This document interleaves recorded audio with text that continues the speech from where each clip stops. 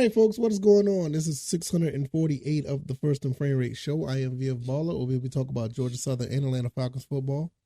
And today we're going to talk about the Pittsburgh Steelers coming into Atlanta. And they're going to be playing against the Falcons tomorrow. So episode 649 will be pretty much surrounded by that game, because I think they play like at 5:30, which is fairly early for us, because we usually get the show up around about 9:15 p.m. every evening. So we should have a pretty good bit of content to talk about on episode 649. But 648 is going to be somewhat of a preview, and to be quite honest, it looks like it's going to be a carbon copy of last game when they played against the Bengals. So I'm gonna give you my thoughts and opinions on the depth chart that has been released a couple days ago, and what I think what should happen in this game. So we'll just get into it. If this is your first time here, welcome. I could be found on YouTube and Rumble. I'm also on Spotify, Stitcher, Apple, and Google Podcasts. Stitcher's going to be going down within the next week or so. So if you're on Stitcher, please, can't tell you this enough, to move over to another podcast avenue, because Stitcher will be going down. They were bought out by XM Sirius, and I think they're going to be on Pandora as well. It's kind of weird what they're changing into, but nevertheless, I am in the process of fulfilling that void and put another podcast avenue up for you guys. Hopefully, if the process and everything goes through, we will be on another platform. So with that being said, I could be found on Twitter or X at VFBaller, and the website is firstandframerates.com. I am still in the process of working on the website. It's up and running. It's just I want to put more stuff on it. So it's a one-man show, so please bear with me. Maybe I need to hire someone to help me with the website. Wouldn't hurt. It would not hurt. So nevertheless, let's just go ahead and get right into this. The Falcons coming off of a 13-13 tie against the Cincinnati Bengals, and they're going to go and play against the Steelers. Last time we played against the Steelers, it was last year. We lost 19-16. One of those close games that we could have won, but it was about 13 games like that last year. So, but you know how it goes. But this is preseason, and a lot of new faces, a lot of guys in new places. And from what I'm seeing on the depth chart, I'm actually surprised that the depth chart is the way it is. I'm not sure if we're going to see the first team. If we do, I will be extremely surprised. I'm not really sure. If we do, it'll probably be one series once again. And I know it's going to upset some people. I know there's a certain radio host that was pretty upset about that, had to delete a tweet, but we're not going to talk about that person today. I just thought it was funny that, I will say this real quick. Desmond Ridder, I'm not going to say he's the real deal, but he is solid enough to take care of what we're trying to do. As of right now, I do feel confident giving him the reins of him, going out there and perform, and I think he's going to be all right. So I think a lot of people are just a little nervous, coming from Matt Ryan, and you saw what happened with Mariota, and there's no way I don't think Desmond Ridder be any worse than Mariota. So let's chill out a little bit. But the first team is pretty much on the depth chart. I'm not sure. I don't see us playing the first team just for safety and health concerns. You want to get these guys ready for the regular season against the Panthers. And cut day is the 29th of August. So I expect to see a lot of other players coming in to try to impress the coaches, impress the staff, and see if they can make a spot on the team. So maybe we'll see a drive, maybe 2 drives. I'm not necessarily sure, but I would not be surprised if we don't see him at all. So with that being said, I don't expect much in this game. I don't expect much, but what I will say, I will tell you that there's a few guys that I'm looking on this depth chart that's probably fighting for a spot on the team. And I'm just going to, just go down a couple of names and give you my thoughts and opinions on them. For one, let's talk about the trenches. Let's talk about the offensive line. Tyler Vrabel, I'm looking at him, and I did not like what I've seen so far, but I really see him being on the chopping block. great name, come from a great football background, but I don't see him actually making any strides to actually stay on the team. To be honest, he hasn't outplayed Jalen Mayfield, which in some cases I kind of thought he would have been able to. So at right tackle, look like it's going to be McGarry to Mayfield. Vrabel is the outside guy looking in. As far as anybody else on that side, I don't see anyone else, but I'm pretty sure that we will probably end up seeing maybe one more person on that offensive line being dropped. There's other guys that are on the team that's probably going to end up making the team. I see Trevor Reed. He was just recently signed. I see him making the roster, even though he didn't show much. He just has more potential and more upside. And you kind of saw what you saw out of Vrabel. So outside of that, I don't see anyone else. Maybe Barry Wesley, but the one person that does stand out a lot is Tyler Vrabel. I don't see him making the team, and it kind of sucks. When you start going outside of the offensive side of the trenches, let's look at the tight ends. We got 6 on board. I would not be surprised if we try our best to keep all of these guys, because all 6 of them are actually pretty good. That's going to be tough, from Pitts, Hesse to Fitzpatrick, Jonnu Smith, Pruitt, and Fisk.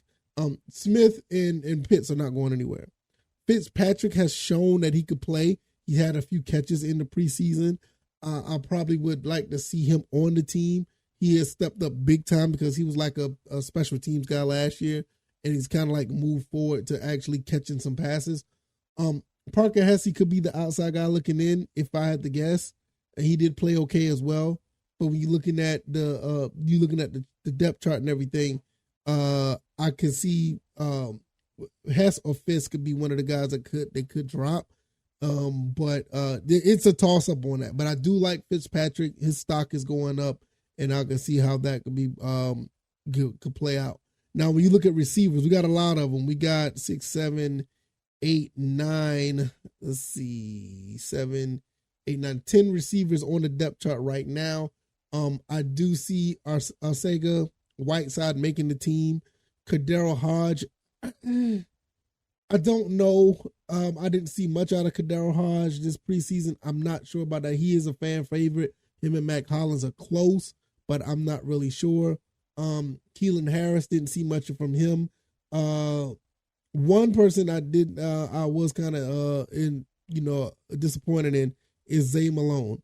Zay Malone dropped that pass in the end zone. It was not the best catchable ball, but that catch would have beaten the Cincinnati Bengals. And when you look at 2-minute drills, you look at ways to win games. You want guys on the team with some hands. And Zay Malone, I like him, but to be honest, you would probably see somebody like that on the chopping block. I think Penny Hart, Slade Bolden, maybe Max. I think those 3 guys are probably safe. I'm not 100% sure. Josh Ali, I don't know. But when it comes to guys who may be dropped, Zay Malone might be that guy. I didn't see much out of Penny Hart, but I do like him, even though he's a Georgia State Panther. I do like him, and I want to see him around. I think he does pretty good on special teams as well. And with our receiver situation, we can use all the receivers we can get, so we may just cut one. That's just my personal assessment.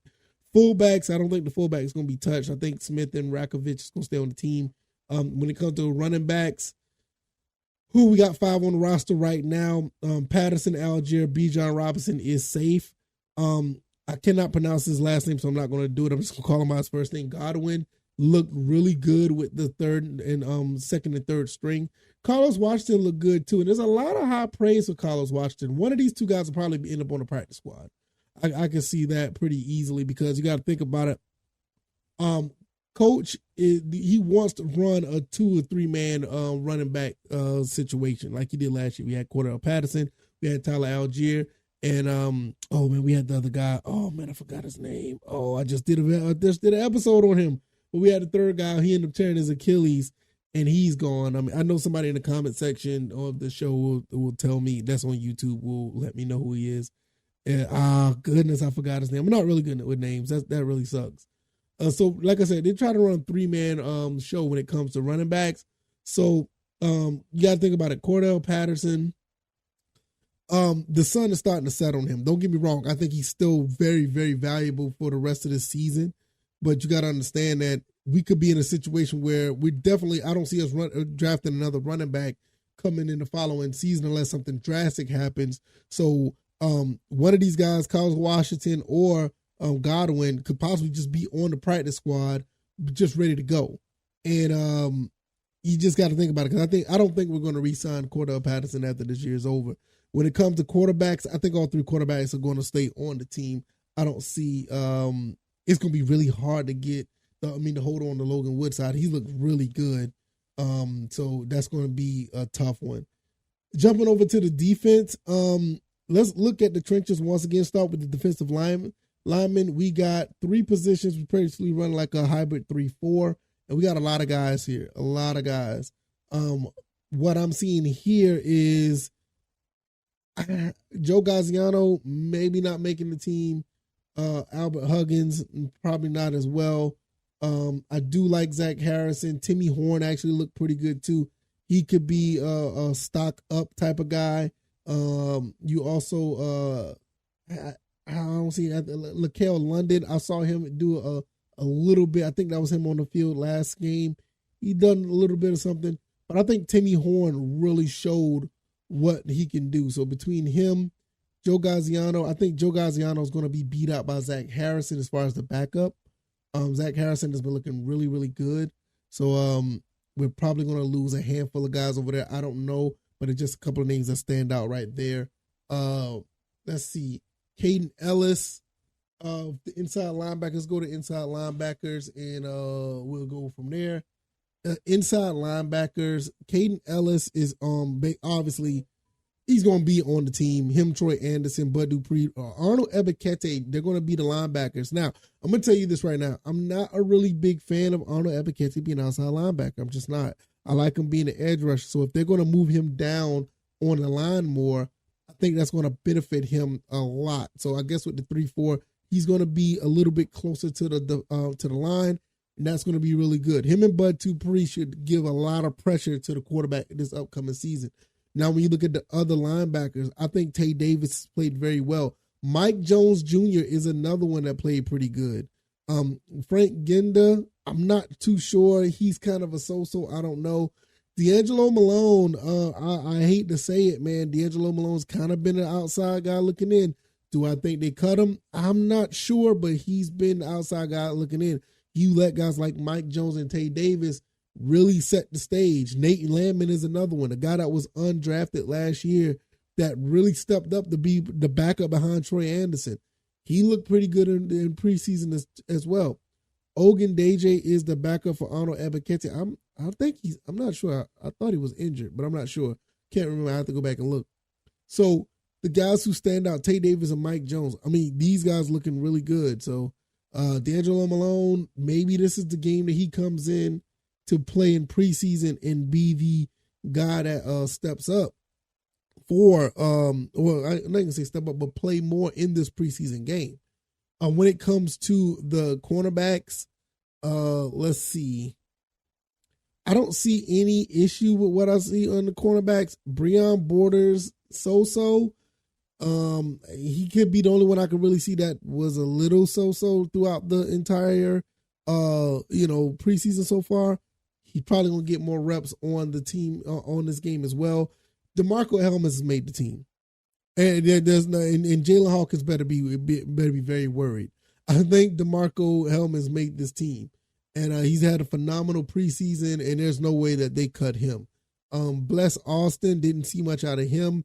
Jeff Okuda heard that he's going to be probably ready for week 1, so that's great. But you're probably going to see more DeMarco Helmets on the field. I think the rest of the guys, Mike Abernathy has played pretty good. Clark Phillips has been good. Mike Hughes has played fairly well. But Breon Borders is so-so. And I think that's pretty much it. The rest of the guys are okay. The other guys, Terrell Bates, Grant Alford, and Jeff Okuda, those guys are safe. They're not. I'll really be surprised if they cut any of those guys. But just looking at the guys that are behind them, Jalen Hawkins has been really quiet this preseason, kind of similar to D'Angelo Malone. Will they show up something in this game? So this is what I mean. Like, this game is going to be the deciding factor who's going to be, be moved off the team, in my opinion.